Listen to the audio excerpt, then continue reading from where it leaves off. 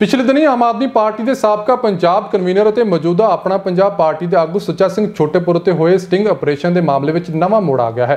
छोटेपुर का sting operation करने वाले गुरलाब सिंह ने स्टिंग मामले की पूरी सच्चाई बयान की है। उन्होंने कहा है कि उसनों यह स्टिंग करने लिए आम आदमी पार्टी के कौमी कन्वीनर और दिल्ली के मुख्यमंत्री अरविंद केजरीवाल, दुर्गेश पाठक और संजय सिंह ने कहा सी। जिक्रयोग है कि कुछ दिन पहला ही सुच्चा सिंह छोटेपुर का स्टिंग ऑपरेशन किए जाने की खबर सामने आई सी, जिस विच वह विधानसभा चोणों में टिकटों के बदले पैसे लेंदे दिखाए गए सन।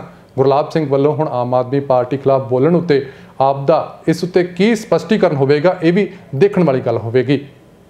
मैं जब मैनू इन्होंने कहा स्टिंग करने के लिए तो मैं इनको बात तो मैं समझ गया था। मैं जो झूठ मेरे को बचता नहीं गया। मैं जो सोचा भी ये कर रहे हैं तो मैं क्या भी इनकी लैंग्वेज है तो मैं इनके लैंग्वेज में जवाब दूँ। मैंने इनकी बात समझ ली।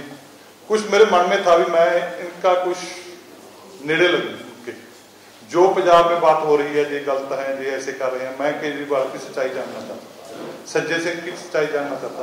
पहले तो मैं एक वर्कर था, ग्राउंड से काम करता फिरता सीगा।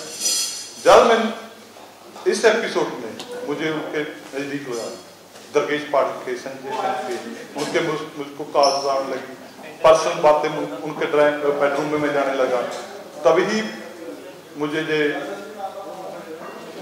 नजदीकी होना नजदीक हो पाया। इसीलिए मैंने कुछ अपने 90% मेरा इनके खिलाफ था भी तो कुछ नजदीक लगूं, कुछ 10% हर एक बंदे में होता है भी यार कई बार भी पर्सनल इच्छा भी होती है भी हो सकता है भी आप कहाँ बच जाए।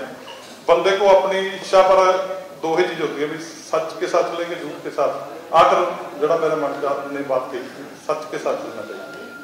तो सच के लिए चलने के लिए मेरे दिमाग पर पिछले 3-4 माह से तो दिमाग पर लोड थी। उस लोड को मैंने मेरे माइंड ने कहा कि नहीं, सच को सामने लाना चाहिए। तो उस सच को लाने के लिए ही मैंने ये सारा कुछ किया। आपके हिसाब से क्या छोटेपुर को ये बहाना बनाकर निकाल दिया गया, या वो पॉपुलर हो गए थे, ये बात बताइए कि क्यों उसको टारगेट किया गया? उसके दो कारण थे। फर्स्ट, मैं जुलाई मंथ में टिकटों की डिस्ट्रीब्यूशन स्टार्ट होगी। वो उसने टिकटें उसके साथ 90% वॉलंटियर थे, उसने प्रेशराइज करके 50-60 सीटें ले जाना था।